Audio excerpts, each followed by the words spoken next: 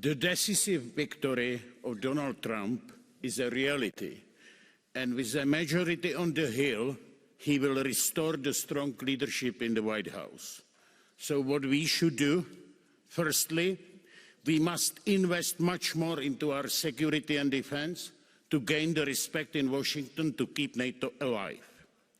Secondly, with Trump's departure from the Paris Treaty, we must prefer realism over the green ideology and correct the Green Deal to get our economies back on track.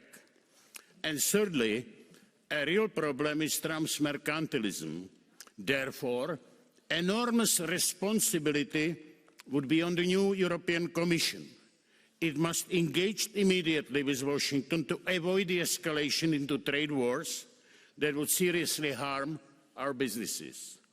Here are 3 keys to a new transatlantic agenda. Let's not screw this up again.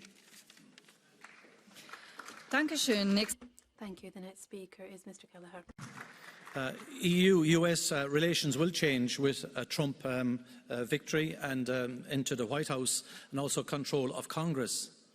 But we should not react in an emotional or irrational way to a democratic process. We have to acknowledge what has happened in the United States and deal with it accordingly.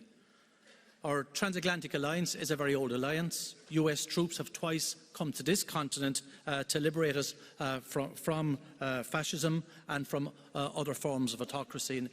But at the same time, we also have to realise that trade is a significant issue on which Donald Trump, as president, will renegotiate. And I would be concerned that we haven't the capacity in Europe to sit down and work out what is in the interests of the old alliance with regard to trade. We can't just pretend there will be no changes. Yes, there will. But equally, we must not just accept that we are into a cycle of trade tariffs, aggressive tax planning and other areas that undermine the institutions and the efficiencies of industry in both Europe and also in the US. So I believe with rational thought, with dialogue and discussions, that we can come to an arrangement with an ally that is critically important both for Europe and the United States in terms of our economies and our competitiveness. Thank you. Szczerba, please. Mr. Vice President Borrell and dear colleagues, as the new standing rapporteur on the United States for the Foreign Affairs Committee, and in the light of the outcome of the American election, I think there are a few things we need to keep in mind. First, we must maintain our strategic partnership with the United States. NATO is a key guarantor, and Article 5 cannot be questioned by anyone. This is what the NATO alliance is all about.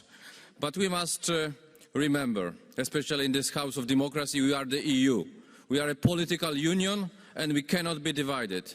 We must demand to be respected in this transatlantic relationship. This is what a true relationship should look like. The first test of this should be Ukraine and our shared commitment to supporting it until victory is achieved.